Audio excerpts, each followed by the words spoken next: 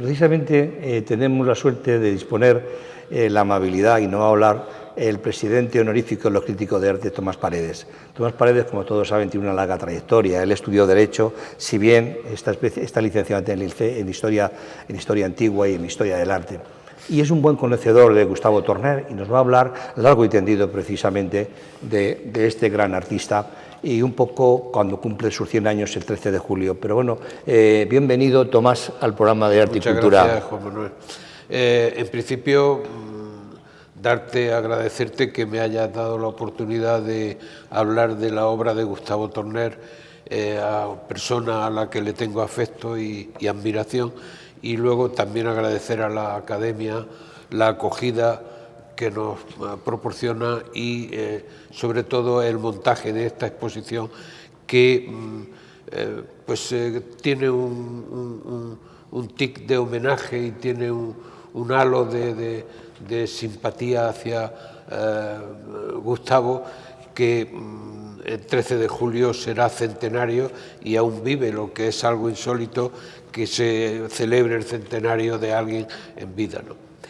Gustavo Torner es un hombre clave en lo que consideramos la abstracción que se hace en España desde años 50, 70, 80, ¿no?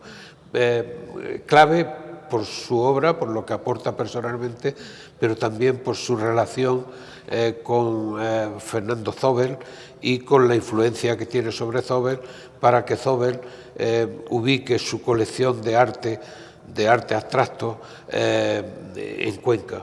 Él fue una persona muy influyente en esto y muy determinante, y eso da nacimiento pues al Museo de Bellas Artes de Cuenca, que es un museo único, distinto, no muy grande, pero muy coqueto, muy sugerente, y que le proporciona a la abstracción española una ubicación de excelencia.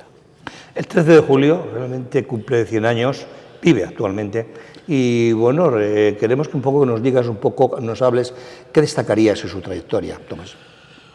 Bueno, Gustavo fue un hombre siempre muy peculiar, ¿no? En el sentido de que se le relaciona con la generación del 50, porque pertenece a ella, se le incluye en el grupo de Cuenca, pero en realidad es un hombre bastante sui generis, bastante, él mismo dice que es autodidacto, ¿no? Relativamente todos somos autodidactos, porque él no va a una academia de arte, ¿no? Pero él es ingeniero de profesión y además pintaba plantas, elementos naturales, y es un hombre muy ligado al papel y al dibujo, ¿no? Y esto pues le va haciendo una determinación, y en un momento dado deja de ejercer su profesión de ingeniero de montes y se dedica al arte, con unas premisas muy específicas, ¿no? Es muy importante en Gustavo considerar que es un hombre muy de pensamiento, muy de lectura. Por ejemplo, hay una de las consignas de Gustavo, que es la armonía mejor escondida que manifiesta, que es de Heráclito, y es un hombre que va haciendo y va proporcionando una cantidad de elementos que conforman un momento excepcional de la pintura española. ¿Pero qué significa para ti Torner, tanto en su obra como a nivel personal? Bueno, ¿qué nos puedes aportar? Lo conozco desde los años 80 y algo, 80, a mediados de los 80, he estado en casi todas sus exposiciones, he tenido un afecto especial por él. Yo te he traído el librito de sus textos, y quiero decir que siempre se ha distinguido como una persona muy elegante y muy ordenada. La elegancia siempre está en relación con una ordenación de las ideas, y es un hombre que siempre ha estado muy preocupado por el rigor, tanto técnico como teórico, y ¿qué significa? Pues significa un hombre que ha aportado una idea nueva en el mundo del arte, lo cual no es fácil, ¿no? Él, en su discurso de la Academia, que se titulaba El arte víctima de sus teorías y de la historia, ¿no? Dice que no existe el arte, que lo que existe es la obra de arte. Bueno, es una teoría que no todo el mundo comparte, pero que es muy atractiva, ¿no? Porque él va defendiendo la materialidad de la obra de arte, no el arte como una historia o la historia como lineal, ¿no? Sino que va considerando arte otras materias, otras manifestaciones que antes no se han considerado. No es un hombre que busca denodadamente la belleza, pero sí es un hombre que busca la perfección, ¿no? Y él recuerda en el texto que le hace a Zobel, ¿no? Recuerda una frase de Motherwell que decía que se significaba, había que significarse por la insistencia en la perfección, ¿no? Que en el fondo es un cántico a la belleza, aunque la mayoría de los autores de esta generación sobrios, abstractos, decían que no les interesaba la belleza. Al final lo que estaban construyendo era un monumento a la belleza. ¿Pero dónde crees tú que destaca más Gustavo Zobel? Es difícil porque yo creo que no hay, que sería un error decir que un Gustavo Torner escultor, un Gustavo Torner pintor. No, Gustavo es una entidad compleja. Él mismo dice, defiende siempre su obra como una síntesis de la complejidad, ¿no?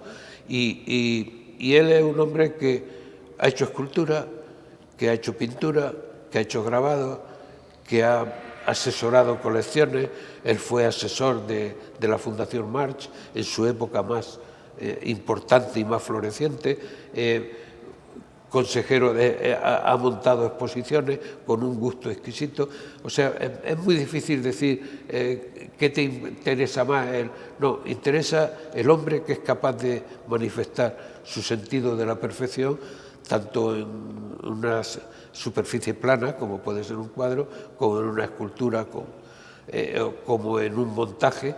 Él ha sido también asesor y director de muchas de las obras que se han hecho en el Museo del Prado, y era un hombre pues con un gusto exquisito. Él mismo dice que incluso la decoración puede ser una obra de arte, porque la decoración, cuando se hace con sensibilidad, con gusto y con sentido de la ubicación, de dar vida a un espacio, pues los resultados son siempre excelentes. No cabe duda. Y su trascendental labor sociocultural en el campo de la museografía, ¿qué nos puedes decir? Muy importante, porque ya digo que es algo que aquí, por ejemplo, pues es muy difícil de transmitir. Aquí la Academia presenta 13 obras para festejarlo, que son pues 13 hitos, ¿no? Pero esto, relación que tiene, él tiene un concepto, un gusto exquisito, pero el gusto se forma a través de muchas cosas. No, el gusto no viene porque sí, viene del estudio, de la lectura. Él fue un viajante, un viajero conspicuo, un viajero tenaz, ¿no? Y conoce los grandes museos del mundo, y claro, eso le da una perspectiva que no tenemos otros o que no tienen otros, ¿no? Y con respecto al museo, ya digo, él fue la mejor época de la Fundación March. Está Gustavo Torner detrás, tanto en los montajes como en la selección de las exposiciones. Algunas de las transformaciones de las salas del Museo del Prado, está Gustavo Torner detrás de esa iniciativa, siempre proponiendo yo creo que su calidad o su cualidad mejor era la de proponer un equilibrio siempre. Y porque, claro, no es lo mismo. Nosotros podemos tener en nuestra casa un gusto específico y determinadas cosas y los determinados contrastes que nos gusten, pero en un espacio público hay que tener en cuenta muchas otras cosas: la historia, lo que se expone el tiempo pasado, el tiempo presente, y eso hace que si tú no eres una persona razonante, equilibrada de pensamiento, es muy difícil que consiga algún impacto. ¿Consideras que el espacio Torner en Cuenca recoge un poco toda su trayectoria? Bueno, yo he estado varias veces en él, estuve cuando se inauguró. Yo creo que adolece de una estructura que haya detrás de mantenimiento, porque ha tenido veces que ha estado abierto, otras cerradas, ¿no? Yo creo que no es muy grande para permitir una trayectoria tan grande como la de Gustavo, pero en fin, siempre se puede resumir. Además es un homenaje a él, porque él siempre ha estado defendiéndose. Además tiene un texto que se llama Síntesis de la complejidad. Él es muy complejo, la vida es muy compleja, la realidad es muy compleja, y entonces tú ofreces una síntesis de algo, ¿no? Y yo creo que no del todo, pero sería un espacio. Primero necesitaría una continuidad y una estabilidad. Y entonces, claro, sería un espacio que se renovara, porque no es una iglesia, la iglesia que está al lado del Parador en Cuenca. El sitio es excepcional, pero claro, si no tiene una estructura que mantenga una actividad, es muy difícil de que eso tenga una proyección. Y yo creo que Gustavo, no solo en Cuenca, Gustavo es un autor de interés nacional, y no digo internacional porque él ha salido poco como artista fuera de España, porque ha estado siempre haciendo cosas aquí, ¿no? Pero la influencia que tiene Gustavo en lo que es Cuenca hoy, bueno, eso hay que manifestarlo y debe evidenciarse de alguna forma. No cabe duda, en los años 50 él desarrolla mucho la abstracción, pero ¿crees un poco que en esa época destaca un poco con sus contemporáneos? Bueno, él estuvo en principio un poco, ya digo, porque es un poco secluso, un poco apartado, un poco. Él tenía su profesión de ingeniero y tenía una actividad que no tenían otros, ¿no? Y él tiene un sentido peculiar, que es lo que ofrece, ¿no? Es lo que decía antes, él repite en muchos escritos la máxima de Heráclito, ¿no? De armonía mejor invisible que manifiesta o que perceptible, ¿no? Y entonces ha sido un hombre siempre de un rigor extraordinario. Es un hombre metódico, calcula las cosas en el sentido, me refiero, material de realización. No es que sea un calculador para otra cosa, pero es un hombre que hace unos trabajos siempre basados en el pensamiento, en el rigor, y que tiene confianza en la razón. Eso quizás sea un poco utópico, ¿no? Porque todos tenemos confianza en la razón, pero luego vemos que la razón, al final, muchas veces la fuerza se impone a la razón y es un desastre, ¿no? Pero evidentemente él tiene una idea de pensamiento y eso le hace que produzca una obra muy singular y muy genuina que le pertenece a él mismo. Pero ¿cómo valoras la escultura monumental que él desarrolla? Como ejemplo tenemos la Plaza de los Cubos, esa escultura maravillosa que nos ha dejado esa huella aquí en Madrid. Pero la escultura tiene un problema tremendo, y lo decía otro amigo de él y amigo mío y amigo de la academia y académico, José Luis Sánchez, diciendo la escultura, decía José Luis Sánchez en su discurso de recepción, que fuera la escultura escultura. Decía que la escultura siempre era anónima, porque todo el mundo sabe lo de la Plaza de los Cubos, pero estoy seguro que el 99% no saben de quién es aquella escultura, ni quién la hizo, y es una manifestación más de lo que es el idiolecto de Gustavo Torner, que es el rigor, el canon clásico, la matemática y un sentido de la pureza. Hay un hecho siempre en muchos de estos artistas. Gustavo es sobrio, muy sobrio, tímido, y siempre con una idea como de esconder la pureza, ¿no? Y de esconder el pudor y de esconder la ternura, ¿no? Pero lo hay todo eso en su pintura y en sus obras. ¿Cómo ves el conjunto de su obra? ¿Creativo, reflexivo o un artista consumado? ¿Cómo lo ves? Hombre, no puede ser alguien corriente si no tiene unas cualidades que haga este despliegue, porque es que es escultor en obra monumental, es escultor de piezas pequeñas, es pintor, es diseñador, decorador. Ya lo digo, él mismo dice en el discurso que dice, hasta la decoración puede ser una obra de arte, ¿no? No un decorador puede hacer una obra sublime o puede hacer una frivolidad, ¿no? Pero él tiene un sentido de la perfección y un sentido, siempre alude además todos a que no buscan la belleza, pero que busca la perfección siempre es un indicio de belleza, ¿no? Y luego Gustavo tiene una elegancia especial, un sentido de la ubicación, que es lo que le ha llevado a montar pues, exposiciones fantásticas. Cuando se monta la Capilla de Rosco, aquí que traen a la Fundación Gustavo fue el que da el sentido de la ubicación. Y eso, que no parece tener importancia, es muy importante, porque una obra bien montada se ve de diferente forma a si una obra está mal montada. ¿Tú crees que realmente el pensamiento de Gustavo Torner se ve en sus obras? Absoluto, absoluto. Es decir, aquí en sus obras ves un orden. El orden siempre es un sentido de elegancia. El orden y la elegancia se producen de un pensamiento. Un pensamiento, además, quiero decir, no son obras hechas al azar.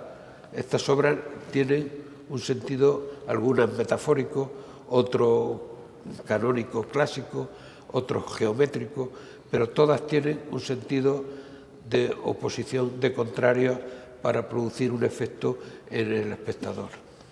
Sí es verdad que él utiliza materiales en su momento bastante novedosos, ¿no? Como son el látex, el polvo, la madera o la chatarra, un poco que de forma natural ha estado a la intemperie, ¿no? Pero ¿tú crees que eso le da un carácter diferente al resto de sus artistas, de sus competidores, su época? Bueno, en principio yo creo que la materia siempre solo es un medio para expresarse, pero es evidente que Gustavo, estando en el mundo que él se sitúa, porque no olvidemos que es un ingeniero, y un ingeniero que dibuja, que recorre, que conoce la naturaleza. Yo creo que era Nietzsche el que decía, todo el que está en contacto con la naturaleza en el fondo está en contacto con Dios.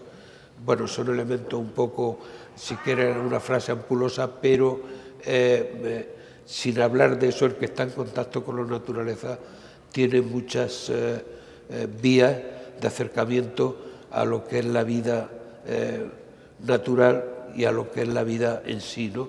Y eso se traduce y se trasluce en la obra de Gustavo Torner. Bueno, yo creo que Tomás ha dado una explicación extraordinaria. Creo que nuestros oyentes van a valorar mucho esta explicación. Es un pequeño resumen, porque es una persona, como dice Tomás Paredes, muy amplio en su trabajo, en su hacer, en todas las novedades que ha ido presentando, en el arte que él desarrolla, ¿no? Pero ahora sí vamos a ver las obras que están aquí, precisamente, aquí en la Real Academia, y que Tomás va a irnos hablando una por una. Venga, Tomás, vamos a pasar a ver las obras. Vamos a pasar a ver las obras. Bueno, vamos a hacer una visión de toda la obra que aquí está expuesta, sobre todo porque abarca un periodo de 1977 al 2008. Todas estas obras son muy significativas en la trayectoria de Gustavo Torner, pero nos va a hablar tranquilamente de las obras Tomás Paredes. ¿Qué nos dices? Bueno, pues que estamos ante una obra de 1992, Cántico, que es un homenaje claro a San Juan de la Cruz, a Juan de Yepes, ¿no? Y es muy sugerente ver cómo trata de una oposición. Siempre están los contrarios oponiéndose para decir algo, haciendo una síntesis de los contrarios, cómo liga la esfera con el triángulo, y sobre todo lo que más me gusta son la limpieza de los colores, que era manifestando la pureza, la inocencia y la pasión, que son los elementos que enarbola la poesía del cántico de San Juan de la Cruz, ¿no? Y hacer una superficie como esta, con esta impronta, pues es una idea que puede ser dura para algunos, pero que quien conoce la poesía de San Juan de la Cruz, quien conoce el momento, sabe que es uno de los homenajes más hermosos que se han hecho nunca a Cántico, esta pintura tan sencilla, tan de síntesis, tan compleja y tan clara al tiempo. Muy bien, Tomás, pues nada, vamos a pasar a la siguiente obra, porque la pasión y la pureza es algo que ha destacado en esta obra. Vamos a pasar a la siguiente.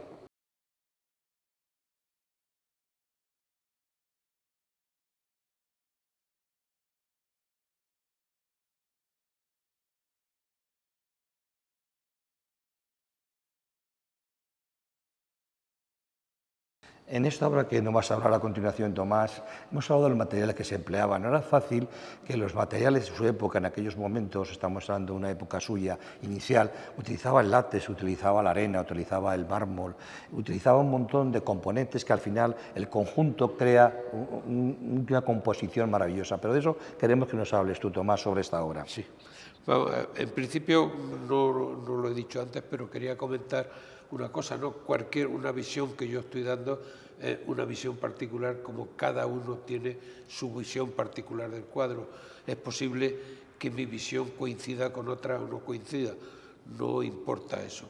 Yo estoy dando la impresión que tengo por el conocimiento de la obra, de la historia y de esto. Otras personas pueden verlo de otra forma, no importa. Yo creo que esa es una de las riquezas del arte, que tiene muchos sentidos, que tiene muchos sentidos a descubrir y que hay muchas personas, o que casi todo el mundo lo ve, cada uno de una forma distinta. Estamos ante un cuadro, yo creo que emblemático de Gustavo Torner, como es Archipiélago, que hace relación a una obra de Hölderlin. Precisamente en esta Real Academia estuvo don Luis Díaz del Corral, que hizo una gran versión de Archipiélago de Hölderlin. Y Hölderlin, el poeta romántico, el poeta alemán, romántico, pero que crea la modernidad. Se dice que siempre el primer poeta de la modernidad es Hölderlin.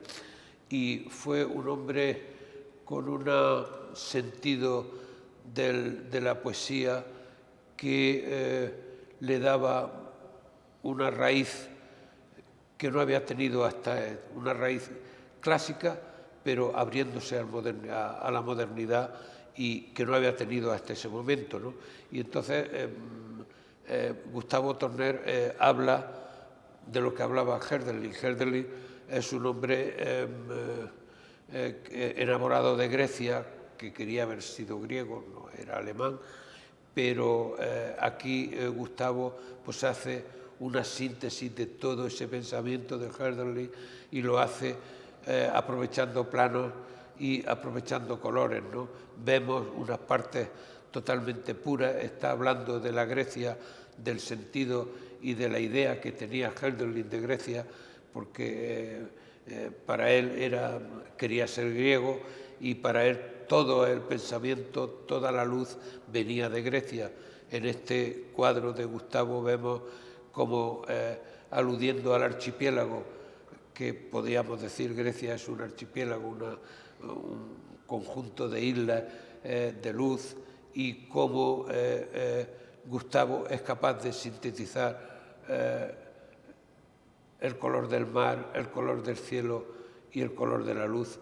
Me parece extraordinario una obra, y además me parece un atrevimiento enorme, porque en esos años todas estas obras hoy quizá tengan una aceptación general mucho menos complicada, pero en ese momento, cuando se utilizaban materiales que no eran habituales, cuando se hacían referencias que no eran habituales porque estaban dentro de una pintura conceptual, porque esto que tenemos detrás pues son manchas blancas, pero que aluden a situaciones de lo que piensa Hölderlin, que es Grecia, de lo que piensa Hölderlin, que es el pensamiento, de lo que piensa y cómo piensa que el pensamiento se fragua en los primeros filósofos griegos y en los presocráticos, y entonces todo esto se hace tan complejo, se hace una síntesis y nos lo presenta en un mural que nos recuerda la tierra, que nos recuerda el mar,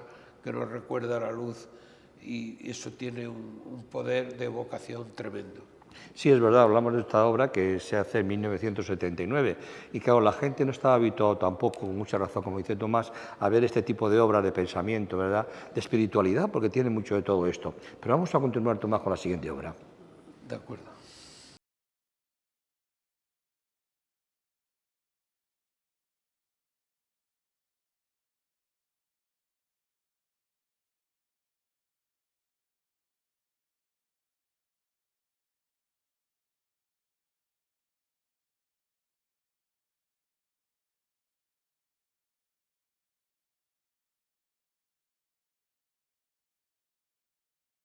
En esta siguiente obra vemos que es imposible el vuelo, ¿no?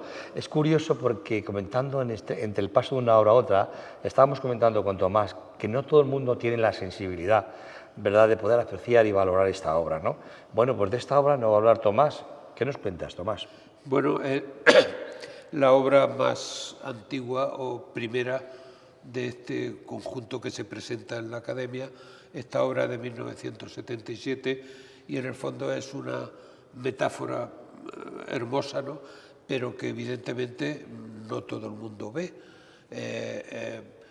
¿Por qué? Porque la pintura necesita también, todas las artes, excepto la música, necesitan una cierta instrucción, un cierto conocimiento para acceder a ello, por la historia, por la tradición, por todo, ¿no?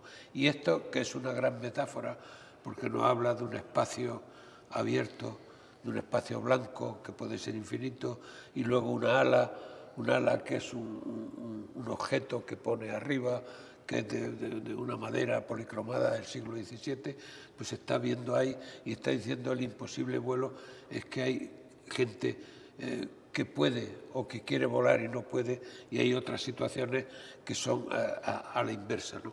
Entonces, este cuadro tiene un enorme valor. Primero, para mí es la decisión del pintor de hacer este cuadro en 1977, este cuadro enorme, y de tener la certeza de que está haciendo una metáfora del vuelo, y a la vez materializarlo de esta forma me parece sensacional. Luego, eso indica una sensibilidad. Luego hay que ver que el espectador, el receptor, tiene que tener también una sensibilidad para recibir las sensaciones que le produce.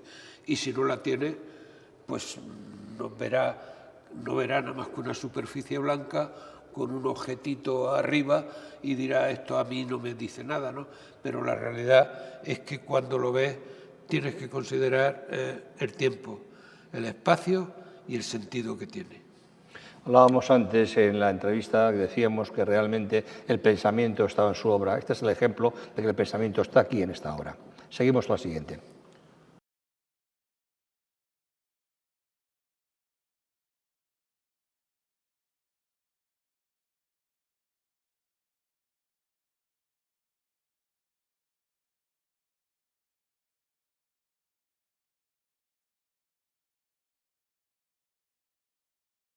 La siguiente obra que vamos a ver precisamente es lienzo sobre madera.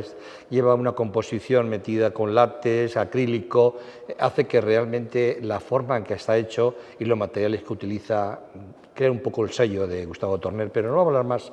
Tomás, ¿qué nos dices? Bueno, pues este cuadro que tenemos aquí, que estamos ante él, es de 1992 y se titula Unamuno, que es un homenaje a don Miguel de Unamuno, y me parece sí, repitiendo la idea, pero me parece una síntesis extraordinaria, porque a un triángulo negro que puede significar la tragedia, el momento de trágico, la escritura trágica, porque Unamuno es un existencialista, y además de pertenecer a la generación del 98, es un existencialista puro y un gran poeta, porque claro, nunca se habla mucho de Unamuno, pero muchas veces la poesía se tiene al margen, pero es un inmenso poeta, y luego da esa visión que tenía Unamuno de España, como de todo, tenía una visión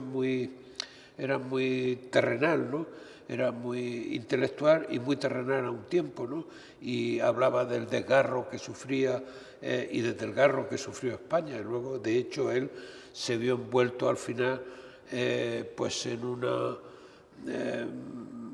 manifestación entre falangistas y demás que ha habido siempre creando un equívoco, pero lo que no podemos obviar es la voluntad de Unamuno y sobre todo las recreaciones que hace del Quijote y sus novelas, ¿no? Porque además no solo fue un existencialista, sino que fue un innovador. Y por eso este homenaje a Unamuno me parece que sintetiza muy bien todo lo que es Unamuno, que es la tragedia griega, la tragedia española, el amarillo, la sangre, todo ese conjunto de cosas hacen que represente o que tenga una figura de Unamuno muy veraz, ¿no? Unamuno intentó hacer una manifestación que le llamó Nívola, que era un nuevo tipo de novela, y bueno, fue un innovador completo, y a la vez de innovador pues fue un castizo que nace en Bilbao, pero que realmente pasa toda su vida, viene a Madrid.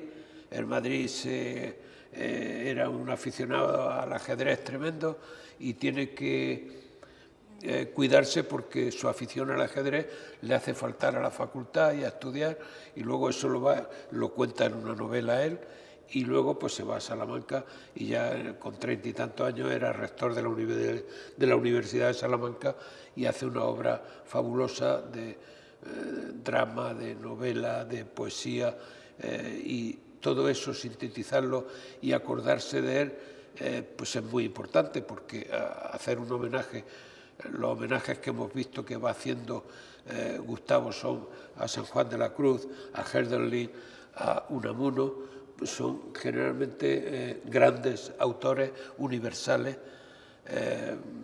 español, alemán, español, pero son autores universales que han hecho y han tenido una gran impronta en el pensamiento de la sociedad actual. Hoy quizá menos leído, y por eso la sociedad actual es menos reflexiva y menos pensante, porque si leyeran a Hölderlin y a Unamuno y a San Juan de la Cruz, desde luego tendríamos otras consecuencias de las que estamos viendo diariamente. Lo que sí es verdad que nos acaba de decir muchas cosas, Tomás, que estoy convencido que nuestros oyentes, cuando escuchen la explicación que nos ha dado, vamos a entender la obra y el por qué Gustavo Torner trabajaba con estos espacios. Pasamos a la siguiente, ¿te parece? Pasamos a la siguiente.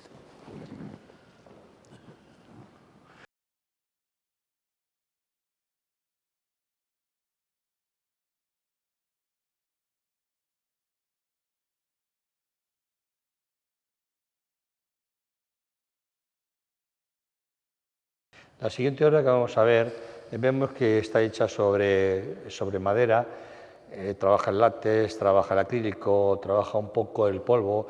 Es una composición que hace que al final, metiendo estos materiales, le dan, digamos, una forma de transmitir el pensamiento que tenía Gustavo Torner. Pero ¿qué nos dices de esta obra tan extraordinaria, Tomás? Bueno, esta obra se titula Quevedo en Roma, es de 1996, y evidentemente yo pienso en alguien que no tiene un conocimiento de Quevedo, que no conoce la pintura italiana, llega y se pone ante esta obra y es posible que no vea nada o que diga, bueno, pues estos son unos palitos aquí puestos, muy estéticos, tal, ni eso pensará, pero luego siguiendo lo que hemos estado viendo de homenajes que hace Gustavo Torner a San Juan de la Cruz, a Hölderlin, a Unamuno, pues ahora es el gran barroco español, que es don Francisco de Quevedo y Villegas, que lo sitúa en esta parte y en esta,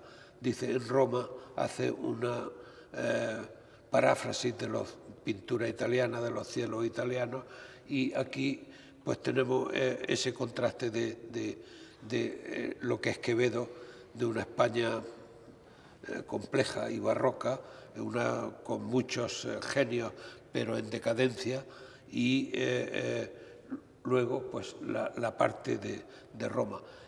¿Cómo se puede entender esto? Pues haciendo una síntesis entre lo que es la obra de Quevedo, que es de una potencia, se dice que es el primer satírico español. No sé si el primer satírico, porque Góngora también fue muy satírico. Quevedo odiaba a Góngora y Góngora odiaba a Quevedo, y tanto así que Góngora le llamaba don Francisco de Quevedo, para decir que estaba siempre en estado de virulencia, ¿no?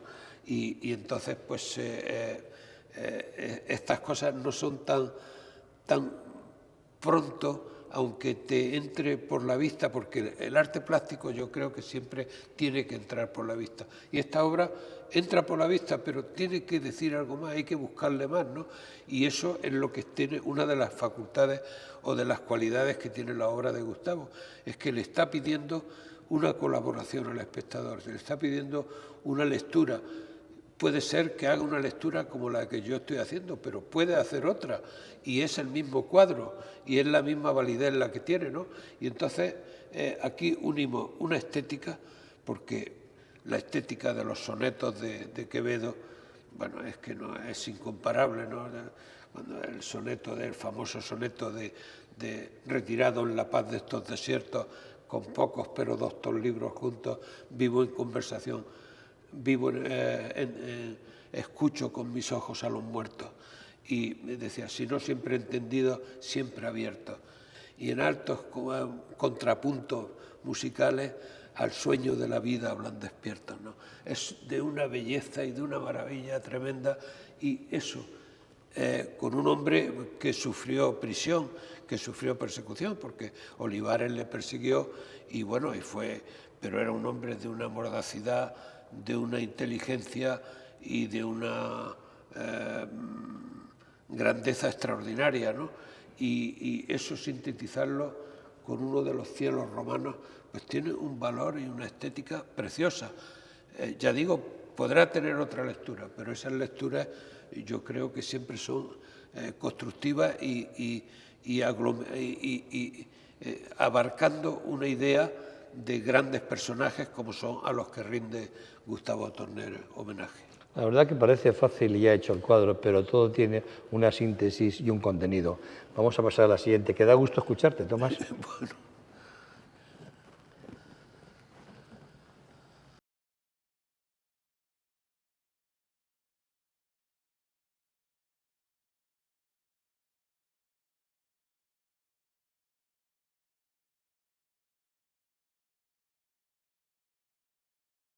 En esta siguiente obra que vamos a ver precisamente trabaja mucho lo que es el lienzo y la madera, ambos conjuntos, metiendo siempre lo matérico que es, metiendo látex, metiendo acrílicos, metiendo polvo, que al final hace una composición diferente junto con las maderas. Las maderas que dan estos colores crean una composición maravillosa, pero de todo esto nos va a hablar Tomás. Bien, pues este cuadro es de 1992 y es un año en el de mucho rendimiento y muy efectivo para Gustavo, porque aquí mismo tenemos varias obras que son de 1992. Esta es una de ellas, que habla de los límites de la persona. Yo creo que es la obra de más contraste y más atractiva de la exposición por el colorido, porque generalmente todas las obras que hemos visto pues son muy sobrias o son una combinación de negro y blanco, de blanco y azul, y esta tiene una riqueza de fondo preciosa, ¿no? Le decía a Juan Manuel que ese azul que tiene detrás de él, los trajes de los toreros, los vestidos de los toreros que llaman, es muy poético los nombres, y a esto le llaman azul noche, que es precioso, ¿no?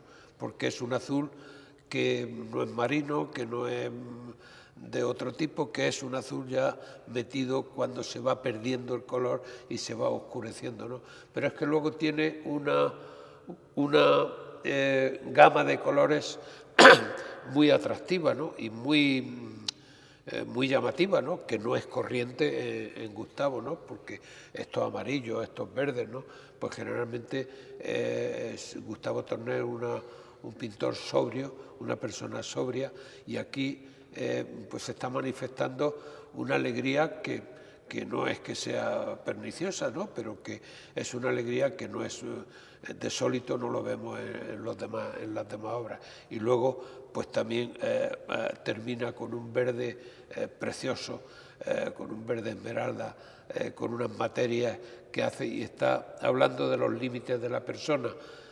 ¿Cuáles son los límites de la persona?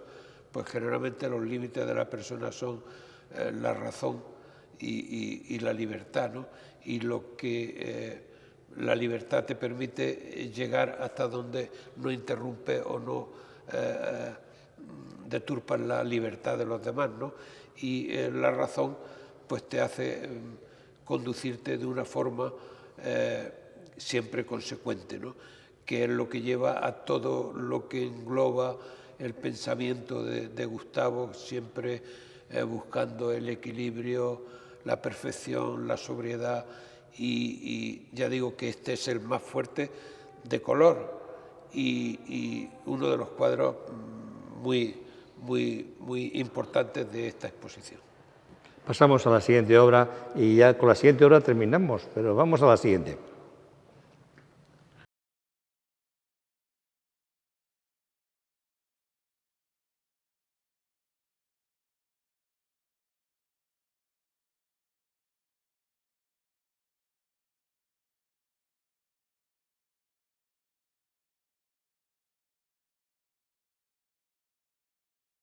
Bueno, con esta obra que ya vamos a terminar un poco la explicación de la exposición, decir que esta obra lleva látex, lleva ceniza y lleva cables eléctricos, que al final todo este tipo de materiales que él emplea consigue unas composiciones excepcionales, como es el caso de esta obra.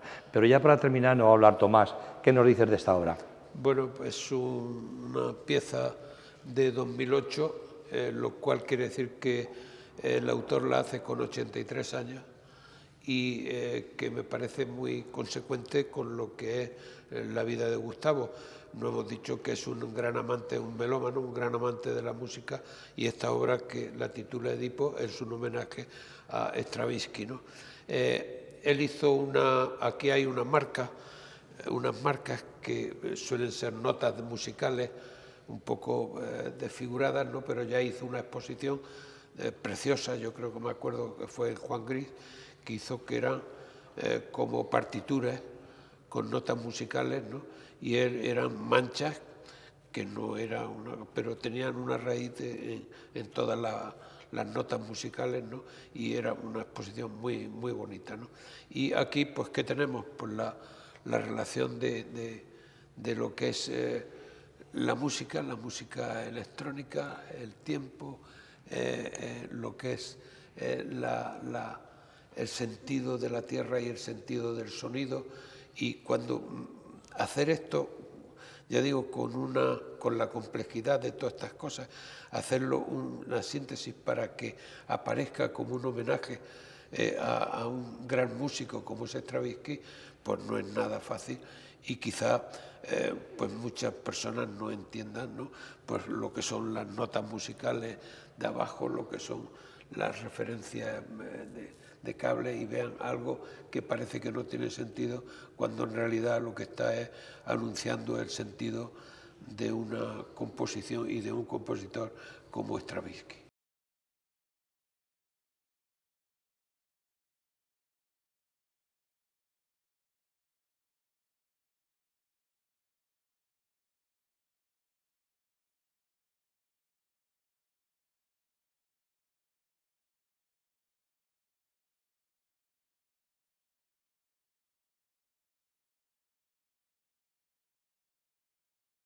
Bueno, ya no nos queda tiempo, el tiempo se nos acaba, y decir, dar las gracias a la Real Academia de Bellas Artes de San Fernando por habernos dado este espacio y este lugar para poder grabar y contar sobre todo con el espacio que no tiene, con el tiempo que no tiene Tomás Paredes, que nos ha dado esta versión tan extraordinaria. Quiero agradecerte personalmente toda la gestión que has hecho y la labor que has desarrollado. Muchas gracias a ti y muy contento de poder decir, aunque sea un poco afónico, de poder decir algo respecto a la obra de Gustavo Torner, que me parece una persona no solo encantadora, sino una persona valiente y una persona de un pensamiento que hay que tener en cuenta y que permanecerá en el tiempo a pesar de la dificultad que tiene del acceso. Bueno, muchas gracias, Tomás, y esto merece un aplauso y un abrazo grande. Gracias. Hasta siempre. Hasta siempre.